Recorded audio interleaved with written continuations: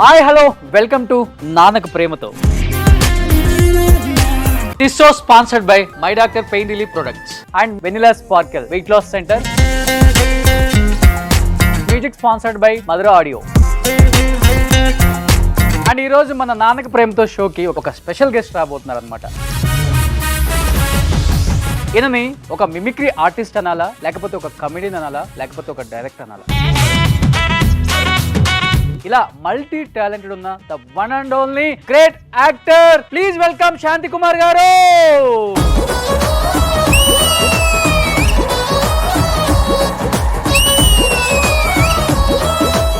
And welcome to Nanaka ప్రేమతో శాంతి కుమార్ గారు. నిజంగా మీ పిల్లలతో మిమ్మల్ని ఈ షోలో చూడటం చాలా హ్యాపీగా ఉంది. First of all thank you. Please be seated sir. చాలా హ్యాపీగా ఉంది. ఫస్ట్ ఆఫ్ ఆల్ ఫ్యామిలీ మొత్తం ఇక్కడ చూడటం ఎలా అనిపిస్తుంది? ఫస్ట్ టైం నానక ప్రేమతో షోలో పిల్లలతో వచ్చారు. సుమన్ టీవీ ప్రేక్షకులందరికీ ఫస్ట్ హాయ్, మీకు పెద్ద హాయ్. ఎందుకంటే మామూలుగా ప్రోగ్రామ్ ఆడవాళ్ళే వాళ్ళతో గడిపే టైం ఉండదు. ఈ ఇంటర్వ్యూ పేరుతోనే కాసేపు వీళ్ళిద్దరు నా పక్కన ఇలాగ హ్యాపీగా కూర్చోవడం అనేది ఇది ఒక మంచి మెమరీ నాకు.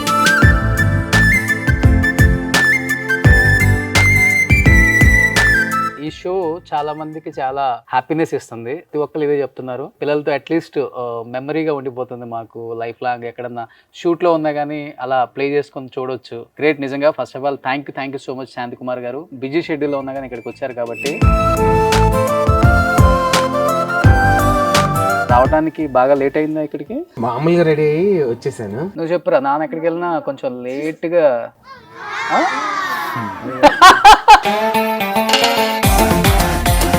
రెడీ అవ్వడానికి టైం తీసుకుంటాడు బాగా. లాస్ట్ అంటే డాడీ ఆ అందానికి ఆ పేస్ కార్డుకు మనం ఇచ్చే వాల్యూ ఎంత అండి? అది బేసికల్ గా శాంతి కుమార్ గారు, మీకు ఈ నలుపు మీకు ప్లస్ అయిందా మైనస్ అయిందా? అసలు ప్లస్ అయిందండి నాకు. యాక్చువల్ గా ఏంటంటే ఫస్ట్ చిన్నప్పుడు చామంచాయే ఈ మేకప్లు వేసి వేసి వేసి ఈ ఫేస్ వరకు బ్లాక్ అయిపోయింది బికాస్ ఆఫ్ లైట్స్. చిన్నప్పటి నుంచి 6500 షోస్ అయిపోయినాయి సార్ ఇప్పటికి. స్టేజ్ 6000 అయిపోయి ఆ లైట్లతో పాటు అక్కడ బల్బులు ఎలా మాడిపోయింది, నా ఫేస్ కూడా అలా మాడిపోయింది దెబ్బకి. అంటే అవేముంది, మేకప్ వేస్తే కలర్ వస్తుంది కానీ మేకప్ వేస్తే ఆర్ట్ రాదు కదా, అది హార్ట్ లోంచి రావాల్సింది. అంటే ఒకప్పుడు వేరు కదా సార్, బట్ ఇప్పుడు అలా కాదు కదా. ఇప్పుడు అంతా ట్రెండ్ మారిపోయింది. మన కోసం వేచి ఉండేవి కొన్ని ఉంటాయండి. ఎక్కడ దేశ విశాలహ అని నాకు తెలిసి నేను విన్నది ఏంటంటే కన్నడలో ఒక మూవీ ఏదో వచ్చింది ఒకటి. ఆ మూవీలో ఒక హోటల్లో సప్లైర్ చేసే ఒక అతను ఉన్నాడు. ఆ డైరెక్టర్ అక్కడికి వెళ్ళి ఆ హోటల్లో కాఫీ తాగడానికి వెళ్ళినప్పుడు వీడు క్లీన్ చేయడానికి వచ్చినప్పుడు చూసి సినిమాలంటే ఇంట్రెస్ట్ అయ్యా నీకు అన్నాడంట. అవునంటే నా సినిమాలు నువ్వే హీరో అని చెప్పాడంట. అదృష్టం ఏ పక్క నుంచి ఎలా వస్తుందో కానీ డైరెక్టర్ విజన్ బట్టి, కథ డిమాండ్ బట్టి మన కలర్ కి తగ్గ పాత్రలు కూడా, మన గ్లామర్ కి తగ్గ పాత్రలు కూడా ఉండొచ్చు కదా. సో అలాంటివి మన కోసం వెయిట్ చేస్తూ ఉంటే అవి ఏమైనా లక్కీగా తగలచ్చు. ఎలా హ్యాండిల్ చేశారు sir as a mimicry artist, as a comedian, as a director? ఇన్ని టాలెంట్సా? బేసిక్ గా నేను ఇప్పటికీ 6 డిప్లొమాస్ చేస్తున్నానండి నేను యాక్చువల్ గా ఆర్ట్ పరంగా సంబంధించి. సో చిన్నప్పటి నుంచి మిమిక్రీ, యాక్టింగ్, స్క్రిప్ట్, అలాగే డప్పు, మ్యాజిక్, వెంట్రలోక్విజం, రైటింగ్, ఇంక ఇలా చాలా ఉన్నాయి. నేను చేసినవి ఏంటంటే యాక్టింగ్లో, మిమిక్రీలో, వోకల్ మ్యూజిక్లో, కూచిపూడిలో, ఆ తర్వాత ఇన్స్ట్రుమెంట్ ప్లేయింగ్. ఓకే. ఈ 5 నేను 3 సర్టిఫికేట్ కోర్స్ చేస్తున్నా, 2 డిప్లొమాస్ చేస్తున్నా. నాన్నలో మీకు ఏ షేడ్ బాగా నచ్చుతుందిరా? మిమిక్రీ ఆర్టిస్టా, కమెడియనా? ఏ షేప్ అంటే నేను పద్యం. డాడీ మిమిక్రీ అంటే ఇష్టం. నీకు? కామెడీ ఇష్టం. అమ్మకి అంటే ఇష్టం. అదే ఇవన్నీ ఎలా మేనేజ్ చేసామంటే, ఇప్పుడు వ్యవసాయం చేసేవాడికి ఏ సీజన్ వస్తే ఆ పంట వేస్తారంటారు చూడండి. అలా నా అవసరానికి నేను ఎదిగేటప్పుడు ఒకే దాన్ని నమ్ముకొని అక్కడే ఆగిపోకుండా, ఇప్పుడు సపోజ్ సినిమా వేషాలు అనుకునే వచ్చుంటే, ఒకవేళ నేను అన్నట్టు నాకు కావాల్సిన పాత్రలు అప్పటికి దొరికితే 1-2 వేషాలు వేసేవాడిని కంటిన్యూగా. ఆ తర్వాత మళ్ళీ గ్యాప్ వచ్చేసేది. అప్పుడు కుటుంబ పోషణ ఇలా చాలా మందిని చూస్తున్నాం, కష్టాలు పడుతున్న ఆర్టిస్టులని. ఆ టైంలో నా మిమిక్రీ ఉపయోగపడేది నాకు. ఈవెంట్స్ ఒక 2-3 ప్రోగ్రామ్స్ చేస్తే అప్పటికప్పుడు ఇమీడియట్ గా నాకు ఆ ప్రోగ్రామ్ పేమెంట్ నాకు రావడం, అది ఇంటికి సర్వైవల్ కి హ్యాపీగా వెళ్ళిపోయేది.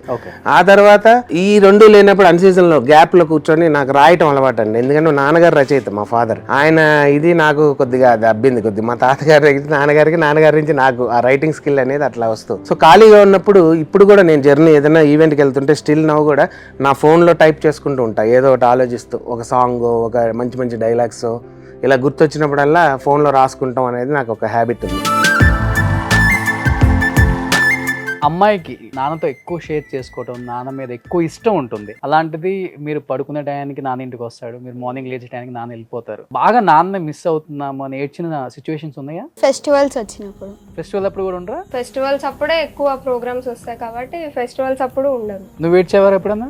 అంతేం లేదు కానీ మళ్ళీ ఫీల్ అవుతా ఎక్కువ. ఎప్పుడైనా డాడీకి ఇంకా టైం దొరికింది అనుకోండి మళ్ళీ వీడియో కాల్స్ అంట, ఫోన్స్ మాట్లాడుతూ ఉంటాం. So, మీరు పిల్లల్ని బాగా మిస్ అవుతున్నా అన్న ఉంటుందా సార్? అది ఉంటదండి. ఎందుకంటే ప్రోగ్రామ్ స్టేజ్ మీద ఉన్నంతసేపు, ఈవెంట్ లో ఉన్నంతసేపు అనిపించకపోవచ్చు కానీ రూమ్ కి వచ్చి డ్రెస్ అంతా తీసేసిన తర్వాత అప్పుడు దాకా ఎగిరెగిరి మనం ఒక అలసట, ఒక బడలేక వస్తుంది. ఆ టైంలో పడుకున్నప్పుడు మనసు ఏంద్రే అంటే ఇదంతా దేనికోసం, మనకంటూ ఇంటి దగ్గరే ఉన్నారు, వాళ్ళు హ్యాపీగా, మనం ఇక్కడ మేలుకుంటేనే వాళ్ళు హ్యాపీగా పడుకోగలుగుతారు ఇంటి దగ్గర అనేటువంటి ఒక ఫీల్. ఈవెన్ ఏం చేసిన ఇప్పుడు వాళ్ళ అమ్మగారు అంటే 24/24 అవర్స్ తన కళ్ళ ముందు ఉంటుంది కాబట్టి అన్ని షేర్ చేసుకోగలుగుతారు.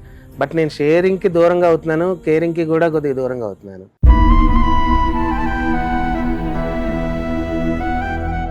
తప్పదు, నా ప్రొఫెషన్ అట్లాంటిది. నేను అవి చేస్తే గానీ వీళ్ళు హ్యాపీగా ఉండలేరు, వీళ్ళ కోసమే. అది వీళ్ళకి అర్థమయ్యేటట్టుగా చెప్పమని మా మిస్సెస్ నేను ఇద్దరం కూర్చొని పర్సనల్ గా మాట్లాడుకున్న సందర్భాలు కూడా ఉన్నాయి. ఓకే, సో బాగా అండర్స్టాండింగ్ వైఫ్.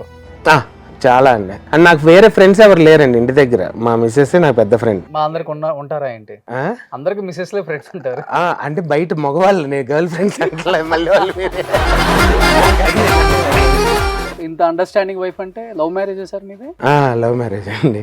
ఫస్ట్ మీరు ప్రపోజ్ చేశారా, మేడం ప్రపోజ్ చేశారా? అంటే ఫస్ట్ తనే ప్రపోజ్ చేసింది. నిజం చెప్పండి సార్ ఎక్కడైనా. అంటే అప్పుడు నేను కొద్దిగా సన్నగా గ్లామర్ గా అది వేరే ఉండేది. నువ్వు చెప్పురా. కాదు డాడీయే ఫస్ట్ ప్రపోజ్ చేశారు. నువ్వు మా తర్వాత పుట్టావు, నువ్వేదో మధ్యలో ఉండి చూసినట్టు మా ఇద్దరికి లెటర్స్ తీసుకెళ్లి ఇచ్చినట్టు ఫీల్ అవుతుంది. ఇది ఏదో బాగైందా? ప్రతిదానికి ఓవర్ ఎక్స్ప్రెషన్. ఏం చూసి ఫ్లాట్ అయ్యారు మేడం మిమ్మల్ని? నా ఫ్లాట్ చూసి అందరం కలిసి ఒక ఆర్గనైజేషన్ లో జాబ్ చేసేవాళ్ళం అనంతపూర్లో. నేను విజయవాడ నుంచి అనంతపూర్ వెళ్ళి అనంతపూర్లో rural development trust and RDT అని ఒక ఆర్గనైజేషన్ ఉంది. ఓకే, నేను దాంట్లో కల్చరల్ ఆర్గనైజర్ గా జాబ్ చేసేవాడిని. కల్చరల్ యాక్టివిటీస్ మీద ట్రైన్ అప్ చేయడం పిల్లల్ని, సో వాళ్ళని మ్యూజిక్ కాలేజ్ కి ప్రమోట్ చేయడం. సో ట్రైనింగ్ చేస్తూ అలాగే ఉన్నప్పుడు తను కూడా అలాగే ఒక్కొక్కరికి 2 మండలాలు ఇచ్చేవాళ్ళు. అప్పుడు అక్కడ 2 మండల్స్ కి ఒక ఆర్గనైజర్. అట్లా తను కూడా నాకు జూనియర్ అనమాట అదే ఆర్గనైజేషన్ లో. తను కూడా జాయిన్ అయింది. ఇంకా అలాగా నా కింద ట్రైనింగ్ వేశారు కొద్దిగా. అంటే ఇంకిద్దరం కలిసి ఆ జర్నీలో ఈ ట్రైనింగ్ ఇవ్వమంటే వేరే ట్రైనింగ్ విలేజ్కి వెళ్తూ వస్తూ మాట్లాడుకుంటూ ఒకళ్ళ ఫ్యామిలీ గురించి ఒకళ్ళు మాట్లాడుకుంటూ అట్లా ఒకళ్ళ అభిరుచులు ఒకళ్ళు తెలుసుకొని ఇంకా అలాగే లవ్ మ్యారేజ్ అనమాట. కొట్టలేదా సార్ ఎవరు మిమ్మల్ని? ఎవరు కొట్టలేదు. ఎందుకంటే లేదండి, వాళ్ళ నాన్నగారికి సర్కిల్ తక్కువ, నా మీద పంపించేంత సర్కిల్ లేదు. ఒకరోజు తను పడుకొని ఉన్నప్పుడు మా అత్తగారు మామగారు ఇద్దరు కూర్చొని మాట్లాడుకుంటున్నారండి. ఇంక ఇలా అనుకున్నాను, ఈ వయసులో ఇవన్నీ లవ్లు గివులు కామనే, ఏముంది 4 రోజులు అయితే మర్చిపోద్ది, ఫస్ట్ కెరీర్ ఇంపార్టెంట్ కదా, అమ్మాయిని ఎట్లా తీసుకెళ్దాం అని ఆ మాట్లాడుకున్న విషయాలు వినింది తను. విన్న తర్వాత నాకు ఫోన్ చేసింది. వెంటనే ఫోన్ చేసి ఇలాగ అనుకుంటున్నారు ఇంట్లో, సో నువ్వు అలా అవుతుందా లేదా చెప్పు. లేపుకొని వచ్చేసారా? ఇమీడియట్. నా దగ్గర డబ్బులు కూడా లేవు. మా ఫ్రెండ్ దగ్గరికి వెళ్ళి 100 రూపాయలు తీసుకొని, కదిరి అనే ఊరుంది అనంతపూర్ దగ్గర, అక్కడికి 45 రూపాయలు టికెట్, ఇద్దరు 2 టికెట్ తీసి అక్కడికి వెళ్ళిపోతే కదిరి నా సామ్రాజ్యం. అంటే నేను జాబ్ చేసే ప్లేస్ కదిరి అనమాట యాక్చువల్గా. అప్పుడు కదిరికి వెళ్ళి అక్కడ మాకు నా ఈవెంట్స్ అన్నిటికీ భోజనాలు సప్లై చేసే హోటల్ ఆయన ఒక ఆయన ఉన్నాడు, సుజాత మెస్ అని, ఆయన బైపురెడ్డి. ఆయనకి వెళ్ళి చెప్తే అయితే ఆయన ఒక చోట షెల్టర్ ఇచ్చి నెక్స్ట్ రోజు హోటల్ క్లోజ్ చేసి మా కోసం ఒక రోజు బిజినెస్ ఆయన క్లోజ్ చేసుకొని, ఇంకా వాళ్ళ భార్య భర్త వచ్చి మా ఇద్దరిని తీసుకెళ్ళి అక్కడ లఘువమ్మ కొండ అని ఒకటి ఉంది, అక్కడ రామాలయం దగ్గర ఇద్దరికి పెళ్లి చేశారు. పెద్ద స్టోరీనే. ఒక విలేకరు, ఒక పోలీస్ కానిస్టేబుల్. సార్ మీరు రాఘవ టీంలో చేసేవాళ్ళు కదా, ఒక్కసారిగా రాఘవ టీంలో మానేశారు ఎందుకు? ఇద్దరి మధ్య ఏమైనా ఇష్యూ జరిగిందా? లేదండి, రాఘవ గారి టీంలో మానలేదు. అప్పుడున్న డైరెక్టర్స్ ఏం చేశారంటే, రెండిట్లో చెయ్యి, నువ్వు జబర్దస్త్లో ఎక్స్ట్రా జబర్దస్త్లో రెండిట్లో చేయండి. రాఘవ గారి దాంట్లో ఏంటంటే పెర్ఫార్మెన్స్ కి కొద్ది స్కోప్ తక్కువ ఉండేది. అంటే మెయిన్ లీడ్ సారే చేసేసేవాడు, రెండో పాత్ర నాగియో నేను ఒకసారి అట్లా షేర్ చేసుకునే వాళ్ళం. సో పెర్ఫార్మెన్స్ కి నాకున్న స్కిల్స్ కి ఇంకా నేను ఎక్కువ చేయగలను అనే నమ్మకం డైరెక్టర్స్ ఉండేది. మీకు మంచి స్కిల్ ఉన్నా కానీ అంత క్యారెక్టర్స్ క్యారెక్టర్స్ ఇవ్వలేదంటారా దాంట్లో? స్టోరీ డిమాండ్ చేయలేదండి ఏ రోజు, అలాంటి క్యారెక్టర్స్ పడలేదు. రాసిన రైటర్ ప్రభావమే మరి ఏంటో తెలియదు, కానీ మెయిన్లీ టీమ్ లీడర్ చేస్తారు, అది ఎవరైనా చేసే జరిగే విషయమే. ఆ విధంగా జరిగేది. అలా చూస్తూ గమనిస్తూ ఈయన ఇంకా వాడాలి, బట్ అయితే ఈ టీంలో స్కోప్ ఉండట్లేదు. బట్ ఎక్స్ట్రా జబర్దస్త్లో అప్పుడు శశి అని వచ్చారు, మన ఫసక్ శశి అని, తను కూడా యాంకర్గా చేసేవారు. ఇప్పుడు IPL చేస్తున్నారు. తను కొత్త కదండి, జబర్దస్త్ కొత్త. సో ఒక సీనియర్ మీలాంటి ఆయన ఒక ఆయన టీంలో ఉంటే కంటెస్టెంట్గా అక్కడ మీరు చేయాలనుకున్నవన్నీ కూడా చేయొచ్చు, హ్యాపీగా రెండు చేసుకోండి అని చెప్పి అప్పుడు నన్ను ఆ టీంలో కంటెస్టెంట్గా వేశారు. బహుశా జబర్దస్త్లో చరిత్రలో నాకు తెలిసి ఒక టీంలో కంటెస్టెంట్గా ఉంటూ అదే కంటెస్టెంట్తో కలిసి టీం లీడర్ అయ్యాను నేను.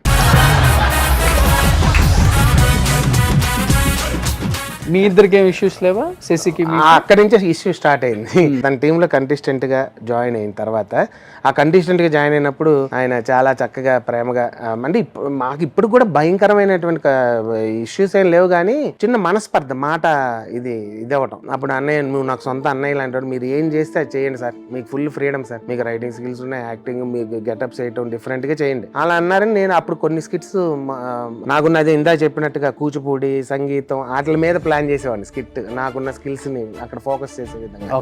సో అవన్నీ కూడా చాలా బాగా హైలైట్ అయినాయి, బాగా రెస్పాన్స్ వచ్చింది. వెంటనే పైనుంచి ఆ తర్వాత ఏం చేశారంటే టీం, అంటే ఒకటే సింగిల్ సోలో టీమ్ లీడర్ కాకుండా ఇద్దరు టీమ్ లీడర్ చేస్తే బాగుంటుందని ఆలోచన సంస్థకు వచ్చింది. వచ్చి ఫసక్ శశి, ఫన్నీ శాంతి అని మా ఇద్దరిని కలిపి టీమ్ లీడర్ చేస్తారు. అదే టీం ఏమైంది చివరికి?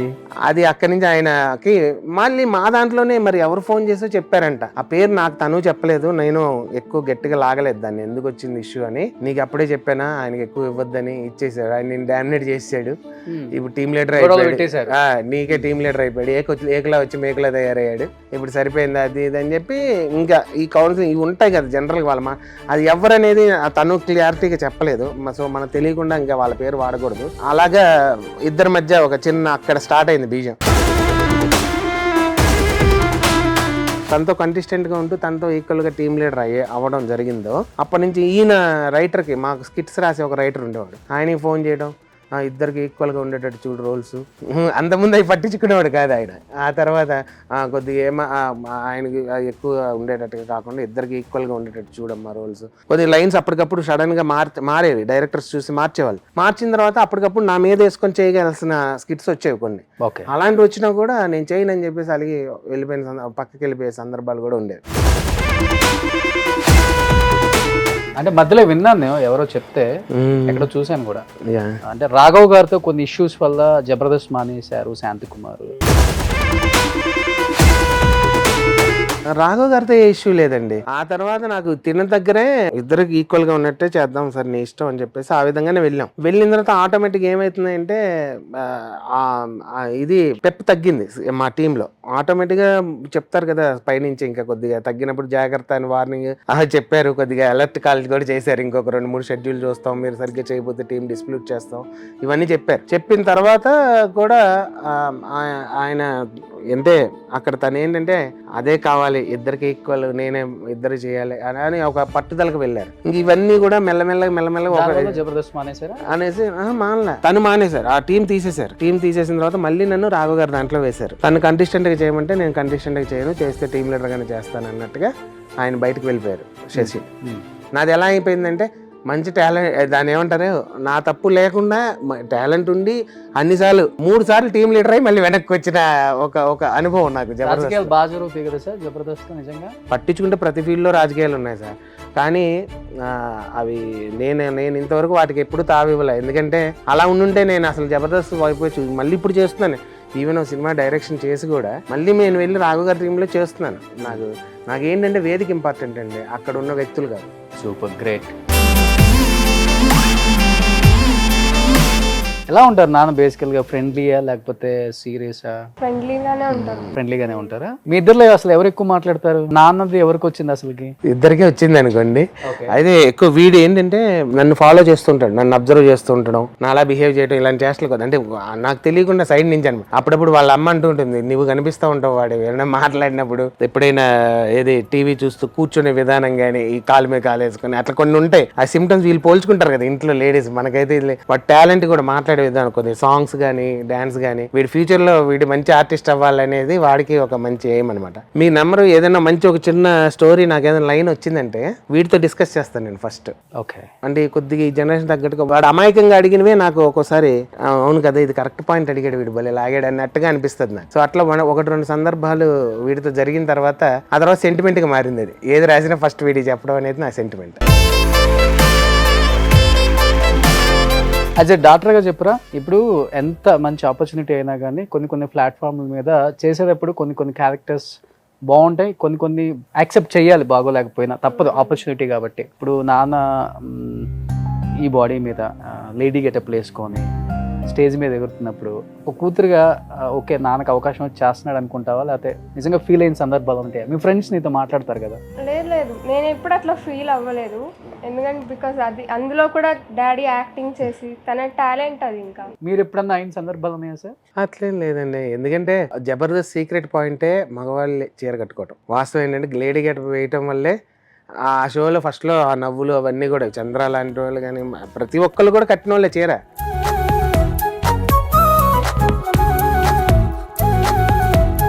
నా ఒక్కడికే చీర కట్టిస్తే నేను బాధపడాలి.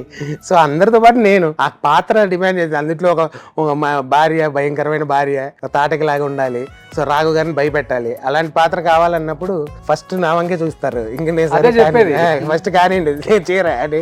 అలా రామారావు గారు లాంటి వాళ్ళే బృహన్నల పాత్ర వేశారు నర్తనశాలలో. సో కాబట్టి క్యారెక్టర్ అక్కడ డిమాండ్ చేసినప్పుడు మనం తప్పదండి, అది ఏ క్యారెక్టర్ అయినా మనం చేయాల్సింది. జబర్దస్త్ లో మీకు బాగా నచ్చిన కమెడియన్ ఎవరు? మా డాడీ. మీ డాడీ కాకుండా మీ డాడీ చూడు ఎలా చూసాడు. ఈ విషయం నాకు ఇంతవరకు ఎప్పుడు అంటే నాతో చెప్పే సందర్భం రాలేదు, నాకే అర్థం కాలేదు. నేను నచ్చాను వీడికి ఎవరు ఇంతనే కానీ తర్వాత ఎవరు? రాఘవ. నీకురా? నాకు హైపర్ అది కామెడీ టైమింగ్ ఇష్టం. ఓకే, తను కరెక్ట్గా చెప్పింది. అయితే నాన్నతో ఎక్కువ టైం స్పెండ్ చేయరు కదా మీరు? నాన్నతో ఈ విషయం చెప్పాలి, చెప్పలేదు అనుకునేది ఏమన్నా ఈ షో ద్వారా చెప్పాలంటే ఏమని చెప్తారు మీ ఇద్దరు? ఏం లేదు, ఇంకా టైం స్పెండ్ చేయండి మాతో అని చెప్తాం అంతే. అంతేనా? నువ్వు కూడా అంతేనా? డాన్స్ బాగా చేస్తారా సార్ మీరు? అంటే చిన్నప్పుడు అదే నేర్చుకున్నాం కదండి, బాడీలో ఉంటుంది అది. ఒకసారి ప్లే చేయి ఈ సాంగ్, గురేస్తారు.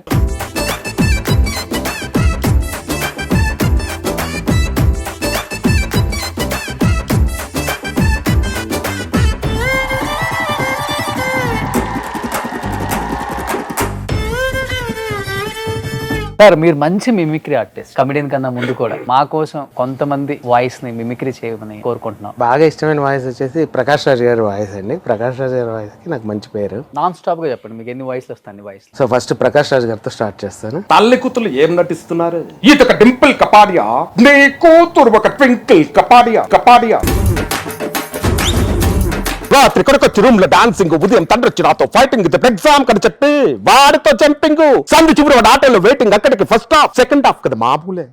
ఇది వాడిని పెళ్లి చేసుకొని వస్తుంది, సార్ నేను మేజర్, నేను ఎవరినో పెళ్లి చేసుకోవచ్చు అంటుంది. అక్కడ టోపీ ఉన్నా బుర్రకు కొన్ని అలాంటి ఎస్ఐ ఒకడుంటాడు, దీనికి నవ్వు అంటాడు, వెంటనే మౌన పోరాటం, వందే మాతరం శ్రీనివాస్ విప్లవ గీతం, ఆ తరువాత ముఖం మీద ది గ్రేట్ వెర్రిపప్ప అని నా శుభం కార్డు వేస్తారు. దానికి డైరెక్షన్ నువ్వు, యాక్షన్ నీ కూతురు. సినిమా పేరేంటో తెలుసా? తల్లి లాలింపు కూతురు తాలింపు. నేను మునార్కుని, నన్నెవరు మోసం చేయలేరు. నిజంగా చేయలేవు. ఎప్పుడైనా ప్రకాష్ రాజ్ గారు ముందు చెప్పారా? ఎప్పుడు లేదండి, నేను పంపుతాను సార్కి. Thank you.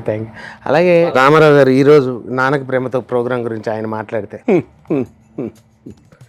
నా తెలుగింటి ఆడపడుచులకు, అన్నదమ్ములకు, సుమన్ టీవీ ప్రేక్షకులకు మా హృదయపూర్వక శుభాభివందనం. ఈ రోజు నాన్నకు ప్రేమతో అనే ఈ కార్యక్రమంలో మా పిల్లలతో నన్ను ఇక్కడికి పిలిపించటం, ఒకసారి వారితో సమయం కేటాయించేలా చెయ్యటం, వారి మనసులోని భావాలు మాకు తెలియజేయటం చాలా ఆనందదాయకంగా ఉంది. ప్రత్యేకించి సుమన్ టీవీ వారికి, మా ముందున్న మా సోదరుడు రోషన్ గారికి ప్రత్యేక ధన్యవాదాలు తెలియజేస్తూ సెలవు తీసుకుంటున్నాం బ్రదర్. బాలయ్య బాబు? బాలయ్య గారు కూడా బాగా. ఈ ఊర్లో మొట్టమొదటి కత్తి పట్టింది మా తాత, మొట్టమొదటి బాంబు చుట్టింది మా తాత. ఏ మా దగ్గర లేవా కత్తులు బాబులు? వాటితో నువ్వేంట్రా నన్ను పీకేది? నీ దగ్గర ఉండే ఆయుధాల కంటే నా ఆత్మవిశ్వాసం బలమైంది. చావుకు నేను ఎప్పుడు భయపడ్ను, ఆ చావే నన్ను చూసి భయపడుతుంది. అమ్మ తోడు అడ్డంగా నరికేస్తా. ఇదే డైలాగ్ జూనియర్ ఎన్టీఆర్ గారు ఆది సినిమాలో అప్పుడు కొద్దిగా బబ్లీగా నూనెకు మీసాలు వస్తూ అప్పుడే కొద్దిగా రాయ్, ఈ ఊళ్ళో మొట్టమొదటి కత్తి పట్టింది మా తాత, మొట్టమొదటి బాంబు చుట్టింది మా తాత. ఏ మా దగ్గర లేవా కత్తులు బాంబులు? వాటితో నువ్వేంట్రా నన్ను పీకేది? నీ దగ్గర ఉండే ఆయుధాల కంటే నా ఆత్మవిశ్వాసం బలమైంది. చావుకు నేను ఎప్పుడు భయపడన్నా, ఆ చావే నన్ను చూసి భయపడుతుంది. అమ్మ తోడన్నా అడ్డంగా నరికేస్తా. ప్రభాస్ గారు బాహుబలి డైలాగ్ని ఇదే డైలాగ్ని సునీల్ గారు చెప్తే ఎలా ఉంటుంది అని సునీల్ గారి ముందే నేను యాక్చువల్గా చేయడం జరిగిందండి. సో ప్రభాస్ గారు, ప్రేమగా చూడాల్సిన మా అమ్మ కళ్ళు నా ఇంకా దీనంగా చూస్తున్నాయి. నేను ఎప్పుడు చూని కళ్ళు నన్ను దేవుళ్ళ చూస్తున్నాయి. ఎవరో తెలియని కళ్ళల్లో కన్నీరు వస్తాడే, నా కళ్ళల్లో నెత్తుడర్లు పారుతున్నాయి. నేనెవరు? ఇంత పవర్ఫుల్ గా ఆయన వాయిస్ ఇదే సునీల్ గారికి బాహుబలి గెటప్ వేసి పంపించి మీరు చెప్పండి ఈ డైలాగ్ అంటే సునీల్ గారు ఎలా చెప్తారు? ఒరే కట్టప్ప, నిన్ను చూస్తుంటే నాకు చాలా ముద్దు వచ్చేస్తున్నావురా. ప్రేమగా చూడాల్సిన మా అమ్మ కళ్ళకి నాకు కనుక దీనంగా చూస్తున్నాయిరా. నేను ఎప్పుడు చూసుకొని కళ్ళు నన్ను దేవుళ్ళ చూస్తున్నాయా. ఆ కళ్ళల్లో కన్నీళ్ళు వస్తుంటే నా కళ్ళల్లో బ్లడ్ వస్తుంది ఏంట్రా. రే కట్టప్ప, డోంట్ బి ఏ సాక గుండె కేడగండి ఉన్నగా గీకేడరా. అలాగే ఈ బొమ్మరిల్లు క్లైమాక్స్ సన్నివేశం ఉంది కదండి, సిద్ధార్థ్ గారి వాయిస్, ప్రకాష్ రాజ్ గారు ఇద్దరు లాస్ట్ క్లైమాక్స్ డైలాగ్ ఒక అండర్వేర్ కంపెనీ వాళ్ళు వాళ్ళ ప్రచారానికి వాడుకుంటే ఆ సీన్ ని ఎలా ఉంటుంది. సో ముందుగా ప్రకాష్ రాజ్ గారు, ఎర సిద్ధు, ఏం తక్కువ చేశాను నీకు ఇంట్లో? నేనేదో తప్పు చేశాను అదంటుంది, నువ్వేం వెళ్ళిపోతున్నావు? చెప్పురా, ఏం తక్కువ చేశాను నీకు ఇంట్లో? మొత్తం మీరే చేశారు నాన్న, మొత్తం అంతా మీరే చేశారు. ఏం చేశాను రా? ఇంట్లో చిన్నప్పటి నుంచి ఏముందో ఇప్పుడు నాకు అది లేదు నాన్న. ఏంట్రా అది? కడ్రాయర్ నాన్న, కడ్రాయర్ నాన్న. ఏరా, ఎప్పుడు నీకు నచ్చిన కలర్ కదా మార్కెట్ నుంచి తీసుకొస్తాను. ఆ కలర్ ఇడికి నచ్చుతుందా లేదా అని 100 సార్లు ఆలోచిస్తారు నాన్న, కానీ సైజ్ ఇడికి సరిపోతుందా లేదా అని ఎప్పుడైనా ఆలోచించారా? ఎప్పుడు చిన్నప్పటి నుంచి తెచ్చిన సైజు ఇప్పటికి తెస్తే ఎక్కడ వేసుకోమంటారు నాన్న? అది వేసుకోలేక లాక్కోలేక నాకేమనిపిస్తుందో తెలుసా? మంచి సెంటర్లోకి వెళ్ళి నిలబడి నాకు డ్రాయర్ వద్దు అని చించాలనిపిస్తుంది నాన్న, చించాలనిపిస్తుంది. అరే సిద్ధు, నాకు తెలీదురా, నువ్వు ఫీల్ అవుతున్నావు, నాకు తెలీదు. చెప్తున్నారు కానీ ఇంకా నా చెడ్డి మీ చేతిలోనే ఉంది నాన్న. సో ఇలాగా చిరంజీవి గారు, నేను యాక్చువల్గా 2 రకాలుగా ఇమిటేట్ చేస్తాను. చిరంజీవి గారు మామూలుగా ఆయన నవ్వుతూ మాట్లాడితే చిన్న రోల్ అవుతూ ఉంటుంది వాయిస్ లో. ఏమో మీరు ఫీజులు కడుతున్నారు కాబట్టి, నేను జీతం తీసుకున్నాను కాబట్టి వారానికి 3 రోజులు ఛందస్ చెప్పుకొని మీ రోజు ఎంజాయ్ చేద్దాం. దీనికి ఒక వెరైటీ కటింగ్ ఇస్తాను. ఇది మామూలు చిరంజీవి గారు, కానీ తాగినప్పుడు ఒక డిఫరెంట్ వేరియేషన్ కామెడీ ఉంటుంది ఆయన ప్యాటర్న్ లో. సో డాడీ లాంటి సినిమాలో ఆయన ఎంత ముద్దస్తున్నాయి నా జామ్ జడక. అయినా నీకేంట్రా రాజ్, నువ్వు బ్రాకెట్ వేస్తే అయినా పడిపోవాల్సింది అంతే. అయ్య బాబోయ్, ఎంత ముద్దొస్తున్నావు నా అచ్చి బుచ్చి ముంజికాయ్. అయ్యే భారతదేశంలో స్త్రీ అన్న తర్వాత నిండుగా చీర కట్టుకుంటేనే అందం. ఏడమ్మా, ఏడ అలా చూస్తున్నాడు. ఓసారి 2 చేతులు అయితే అలా నమస్కారం పెడిచేవనుకో మనం ఇక్కడి నుంచి వెళ్ళిపోవచ్చు. ఏడి శాంతి కుమార్ గారు, ఛాన్స్ వస్తే మీ నాన్నకి ఏం చెప్పాలనుకుంటున్నారు? అంటే నాన్నగారు యాక్చువల్గా లేరు. మా నాన్నగారికి ఏం చెప్పాలనుకుంటున్నా అంటే, ఆయన ఎలా అనుకుంటున్నాడో అలా అయితే మాత్రం డెఫినెట్ నేను ఆల్మోస్ట్ రీచ్ అయ్యాను కొంతవరకు. నేను అనుకున్న ఇంకొద్దిగా ఉన్నాయి నా కొన్ని ప్లాన్స్, ఫ్యూచర్ ప్లాన్స్. సో అవన్నీ కూడా తప్పకుండా రీచ్ అవుతాను. తప్పకుండా ఆయన ఎక్కడున్నా కూడా ఆయన ఆత్మ శాంతించే విధంగా నేను, అంటే ఎందుకు ఇలా చెప్పాల్సి వస్తుందంటే, నాన్నగారు బతుకున్నప్పుడు ఆయన్ని నన్ను ఎంత గారాభంగా ఒకే కొడుకుని నేను నాన్నకి. యాక్చువల్గా చాలా నా మీద హోప్స్, నా మీద పిచ్చి ప్రేమ ఆయనకి. అంటే ఈవెన్ మీరు నమ్మరు, అనంతపూర్లో జాబ్ చేసేవాను కదా, ఆ టైంలో కూడా చీకట్లో నడిచేప్పుడు జాగ్రత్త నాన్న, టార్చ్ లైట్ పట్టుకో, రోడ్డు దాటేటప్పుడు అటు ఇటు చూసి దాటు అంటే, ఆ ఏజ్లో కూడా నన్ను చిన్నపిల్లవాళ్ళ చూసేటువంటి ఇది. నేను ఆ టైంలో కొన్ని ప్రాబ్లమ్స్ వల్ల నాన్నకి డిస్టర్బ్ చేశాను. ఒక రకంగా చెప్పాలంటే ఆయన నా మీద పెట్టుకున్న హోప్స్ని ఒక మధ్యలో ఆయన డిసప్పాయింట్ చేసి, ఆయన నా మీద దిగులు పెట్టుకొని ఒక రకంగా చనిపోయేటప్పుడు కూడా అదే ఆయన ఫీల్. అంటే నేను ఉన్నంతసేపు ఆయనకి ఒక రకమైన మనశ్శాంతి లేదండి. ఒక రకంగా నా వల్ల చాలా ఆయన సఫర్ అయ్యారు. అది నాకు నేను రియలైజ్ అయ్యే టైంకి ఆయన లేడు. సో కాబట్టి ఆయన మనశ్శాంతి లేదు, కానీ కనీసం ఆత్మశాంతి అయినా నేను ఇవ్వాలి. సో అందుకని ఆయన ఏదైతే నా మీద హోప్స్ పెట్టుకున్నాడో ఇప్పుడు అవి మాత్రమే నెరవేర్చడానికి నేను ప్రయత్నం చేస్తున్నా. అదే రూట్లో నేను ప్రయాణం చేస్తున్నాను. మా ఇంట్లో ప్రతి ఏదైనా ఒక ఆనందమైన క్షణం వచ్చినప్పుడు మా మిస్సెస్ నేను అనుకునేది ఒకటే, మా నాన్న నుండి ఈ టైంలో చూస్తే ఆయన హ్యాపీ ఫీల్ అయ్యేవాడు కదా. నన్ను ఎలా చూడాలనుకున్నాడో అలా చూడలేకపోయాడు, ఎలా చూడకూడదు అనుకున్నాడో అలా చూడగలిగాడు. కానీ ఇప్పుడు ఎలా చూసే అవకాశం ఉందో చూడటానికి ఆయన లేడు. సో అదొక్కటే నా జీవితం ఎంత సాధించినా ఆ చిన్న ఒక వెల్త్ అయితే మాత్రం నాన్న దగ్గర ఉండిపోతుంది.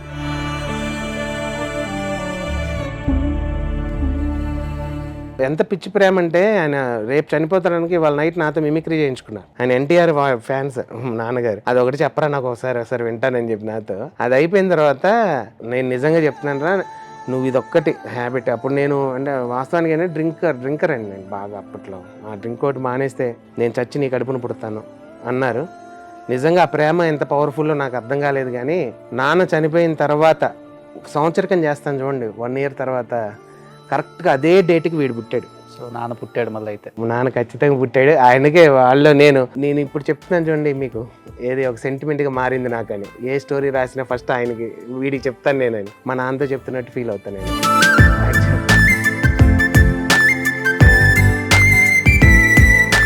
నాకు ఇప్పుడు కూడా కోరిక ఉంది ఏంటంటే, నా దేవుడు ఇంకొద్దిగా లిఫ్ట్ ఇచ్చి మంచి నాకు ఒక స్తోమత కనుక కలగజేస్తే ఫ్యూచర్లో నాన్న పేరు మీద ఒక పరిషత్ కండక్ట్ చేయాలి. అంటే ఆయన డ్రామా ఆర్టిస్ట్, 50 years నాటకం కోసమే బతికాడు ఆయన కూడా. నేను ఇప్పుడు నా పిల్లలు నన్ను ఎలా మిస్ అవుతున్నారు, నేను నాన్న అలా మిస్ అయ్యేవాడిని చిన్నప్పుడు.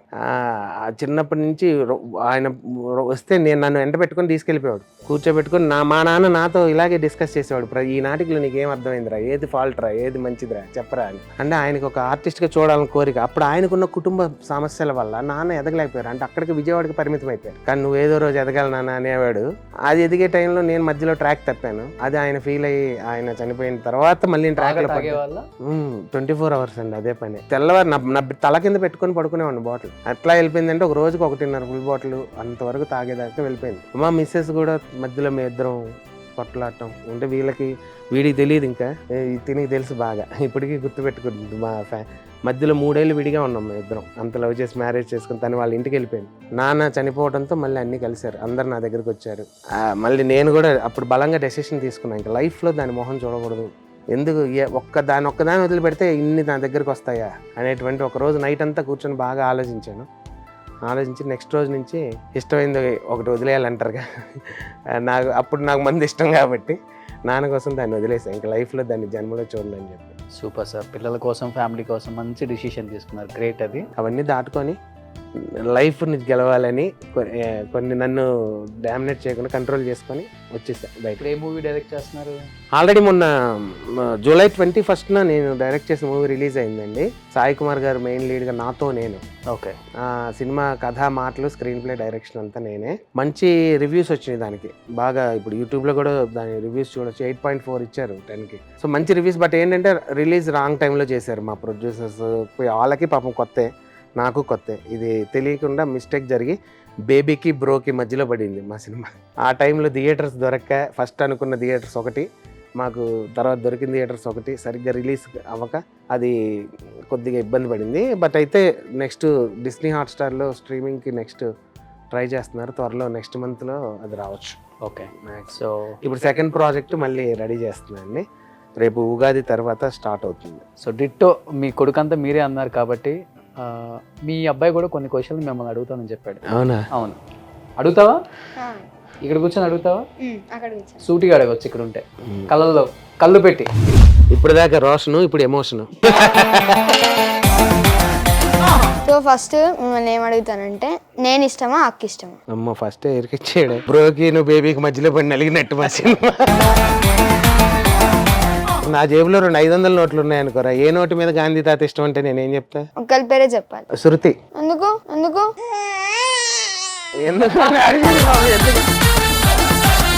మీది అమ్మది లవ్ మ్యారేజ్ కదప్ప. సో అమ్మది ఏ క్వాలిటీ మీకు నచ్చింది? అర్థం చేసుకునే క్వాలిటీ బాగా, దానికి తగ్గట్టుగా నాకు సపోర్ట్ చేస్తుంది కాబట్టి నాకు మంచి సెలక్షన్ అనిపించింది. ఇంకోటి అడుగుతా, మీరు మాతో ఎక్కువ ఉన్నప్పుడు ఎంజాయ్ చేస్తారా, లేకపోతే ఈవెంట్స్కి, ప్రోగ్రామ్స్కి, షూట్స్లో ఉన్నప్పుడు ఎక్కువ ఎంజాయ్ చేస్తారా? అంటే బయటే యాక్చువల్ అంటే ఊరినండి సార్, మీరు పక్కన కన్ఫ్యూజ్ టైం వచ్చేస్తారు. బయటే, కానీ ఆల్మోస్ట్ ఉన్న టైంలో వాళ్ళతోనే స్పెండ్ చేస్తాను. నెక్స్ట్ మీరు ఎట్లాగో మాతోనే స్పెండ్ చేస్తారు కాబట్టి ఏదైనా ఒక మంచి మూమెంట్ మాతో స్పెండ్ చేసిన ఒక మూమెంట్ చెప్పండి. మంచి మూమెంట్ అంటే కరోనా మూమెంట్ అండి, వెళ్తానే స్పెండ్ చేసింది. ఆ 14 రోజులు మేము ఎంజాయ్ చేసినట్టు మా లైఫ్ లో ఎప్పుడు ఎంజాయ్ చేయలేదు. వాళ్ళేంటో నాకు ఇంకా బాగా క్లారిటీగా దగ్గర నుంచి అర్థమైంది. నేనేంటో వాళ్ళకి అర్థమైంది. ఒకరికొకరు ఒక ఫ్యూచర్ ఇట్లా ఉండాలి, మనం ఇట్లా బతక ఇలా చేయాలి అలా చేయాలని. ఏవో ఒక ఆటలు పాటలు మామూలుగా లేదు. లూడో ఆడుకోవటం కానీ కార్డ్స్ ఆడుకోవటం మామూలుగా లోపల. నువ్వు ఏదో క్వశ్చన్ అడుగుతానన్నా, నేను ఒక అమ్మాయిని లవ్ చేశాను డాడీ, యాక్సెప్ట్ చేస్తావా లేదా? నా ముఖానికి ఎవరు పడరప్ప. అరే మనం అట్లాగే అనుకుంటాం, నాకు మీ అమ్మ పడలా నా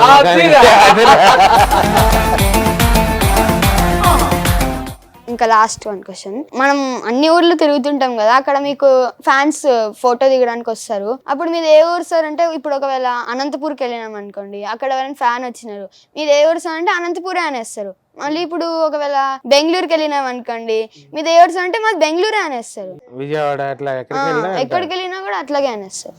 అంటే ఇది ఏంటంటే నీకు ఆ సందేహం రావడం కోసం కరెక్టే. బట్ నేను పుట్టింది విజయవాడ, అమ్మ పుట్టింది అనంతపురం, మీ ఇద్దరు పుట్టింది నెల్లూరు. ఈ అన్ని ప్రాంతాలతో నాకు ఒక రకమైనటువంటి సంబంధం. మా అమ్మ నాకు జన్మనిచ్చింది విజయవాడ అయితే, ఆ తర్వాత బతకడానికి వెళ్ళింది అనంతపూరు, ఆ తర్వాత నేను బతకడం ఎలాగ నేర్పింది నెల్లూరు, ఆ తర్వాత బతకడానికి ఇప్పుడు వచ్చింది హైదరాబాదు. సో కాబట్టి ఇన్ని బతుకులు ఉన్నాయి కాబట్టి ఏ ఊరు వెళ్ళా అక్కడ లైఫ్ ఇచ్చింది కాబట్టి అదే నా మనూరు అని చెప్తే మనూరుడే కదా ఆఫర్లు ఎక్కువ ఇద్దాం అనుకుంటారు. అట్లానే ఈస్ట్ వెస్ట్కి వెళ్ళినప్పుడు నేను చెప్పనండి బాబు. చాలా అడిగా. ఇప్పుడు నేను రోషన్ గారిని కొన్ని అడుగుతా. అదేంటి నువ్వు ఇప్పుడుగా సైలెంట్ గా ఉన్నా, వాడు వెళ్ళిపోయేసరికి నీకు కూడా కాదు, ఇది ఏదో దారికి ప్లాన్ చేశారు మొత్తానికి. కానీ అందరిని మీరు ఇంటర్వ్యూ చేస్తే మిమ్మల్ని మా అమ్మాయి ఇంటర్వ్యూ చేస్తుంది. మీ డాడీతో ఒక బెస్ట్ మూమెంట్ ఏదైనా షేర్ చేసుకోవాలనుకుంటే. బెస్ట్ మూమెంట్ అంటే అన్ని బెస్ట్ మూమెంట్సే. స్పెసిఫిక్ గా ఒకటి ఉంటది కదా, ఇది నా ఫేవరెట్ అని. మా నాన్న నేను వీడంత ఉంటాను, మా నాన్నతో ఎక్కువ సినిమాలకు వెళ్తా. ఒక బెస్ట్ మూమెంట్ ఏంటంటే, నన్ను స్కూల్కి వెళ్ళరా అని చెప్పేసి నన్ను డ్రాప్ చేసి బైక్ లో ఆయన వెళ్ళిపోయాడు ఇంటికి. స్కూల్కి ఏం పోతానని చెప్పేసి నేను బయటకు వచ్చి, ఒక్కడో సినిమా రిలీజ్ అయింది మహేష్ బాబుది. నేను వెళ్ళి థియేటర్ లో టికెట్ కొనుక్కొని వెళ్ళి చూస్తున్నాను. మా నాన్న ఇంటికి వెళ్ళకుండా ఏం చేశాడంటే ఒక్కడో సినిమాకి వచ్చాడు. నాకన్నా వెనక ఒక 2 రోజు వెనక కూర్చొని అన్నాడు, అరే స్కూల్కి వెళ్ళమంటే ఇక్కడికి వచ్చావు ఏంటి అన్నాడు. సరే ఎట్లా వచ్చాక నా పక్కన కూర్చొని సినిమా చూడాను.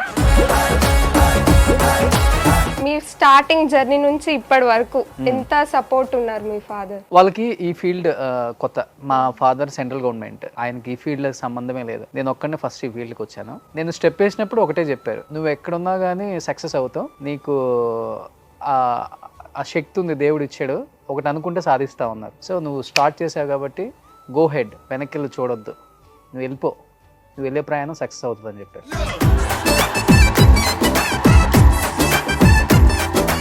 మూడోది ముచ్చటగా అని, నాన్నకు ప్రేమతో మీ నాన్నకు ప్రేమతో ఏంటి ఒక చెప్పాలనుకుంటే? నాకు మా నాన్నతో చాలా ఎక్కువ బాండింగ్. ఎందుకంటే మా డాడీ చాలా కష్టపడి సక్సెస్ అయ్యారు లైఫ్లో. ఆయన అప్పుడప్పుడు మాకు ఇంత ఏజ్ ఉన్నప్పుడు చెప్తూ ఉంటారు, మేము ఇలా కష్టపడ్డాను అలా కష్టపడ్డానని.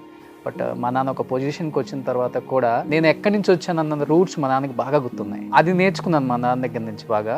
మా నాన్నకు కూడా అదే చెప్తాను ఎక్కువ, నేను నిన్నే ఫాలో అవుతాను. నా లైఫ్లో ఏది అచీవ్ అయినా కానీ హెడ్ వెయిట్ అనేది రాకూడదు, అది తెచ్చుకోకుండా లైఫ్లో సక్సెస్ అయితే మనిషి ఇంకా హైట్స్కి వెళ్తూనే ఉంటాం. పెరిగితే బాడీ వెయిట్ పెరగచ్చు కానీ హెడ్ వెయిట్ పెరగకూడదు. Sir thank you sir, thank you so much. Nannaku Prematho షోకి అడగగానే పిల్లలకి కొంచెం స్కూల్స్ కాలేజెస్ బిజీగా ఉన్నాయి కానీ వచ్చారు కాబట్టి thank you so much once again and thank you.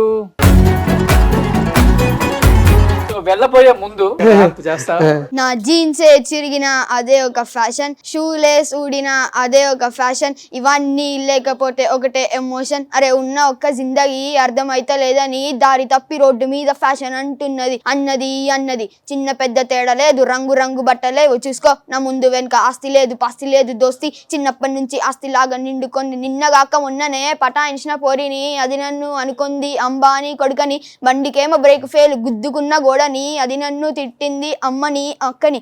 Fashion ఇవన్నీ ఒక ఫ్యాషన్, కానీ మాకు మాత్రం నా నాన్న ఫ్యాషన్.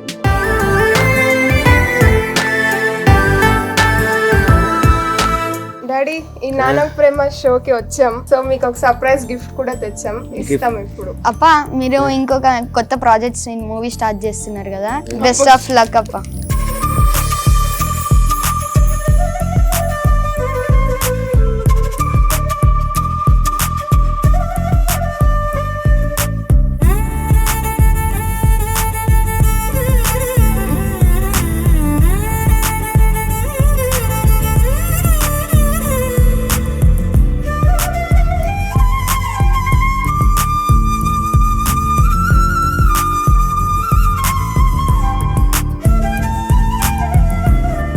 థ్యాంక్ యూ నాన్న, thanks for your wonderful gift. ఈ పెన్ ఒక సెంటిమెంట్ గా నా దగ్గరికి ఎప్పటికీ ఉంచుకుంటాను. ఇది డెఫినెట్ గా ఇది నాకు మంచి గిఫ్ట్. సూపర్. ఎనీహౌ మీరు తీసే సినిమాలు కూడా సూపర్ డూపర్ హిట్ అవ్వాలి అండ్ అప్కమింగ్ ప్రాజెక్ట్స్ కూడా చాలానే ఇంకా ఉన్నాయి కాబట్టి మంచి డైరెక్టర్ గా సక్సెస్ అవ్వాలని మనస్ఫూర్తిగా కోరుకుంటున్నాను ఈ షో ద్వారా సార్.